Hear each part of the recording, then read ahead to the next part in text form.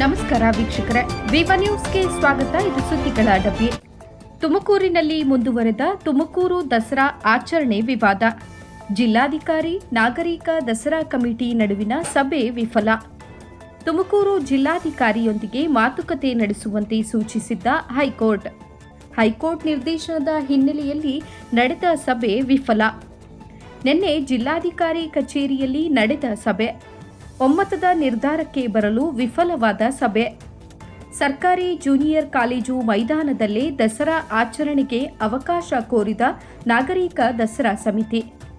ನಾಗರಿಕ ದಸರಾ ಸಮಿತಿಯ ಬೇಡಿಕೆಗೆ ಒಪ್ಪದ ಜಿಲ್ಲಾಡಳಿತದೊಂದಿಗೆ ಕೈ ಜೋಡಿಸುವಂತೆ ದಸರಾ ಸಮಿತಿಗೆ ಮನವಿ ಮಾಡಿದ ಜಿಲ್ಲಾಧಿಕಾರಿ ಶುಭ ಕಲ್ಯಾಣ್.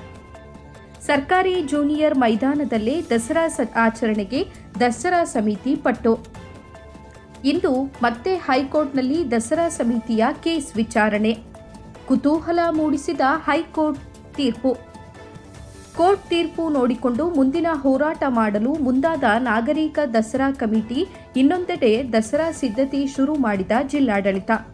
ವರದಿ ನಜ್ರುಲ್ಲಾ ಬೇಗ್, ತುಮಕೂರು, ವಿವ ನ್ಯೂಸ್ ಕನ್ನಡ.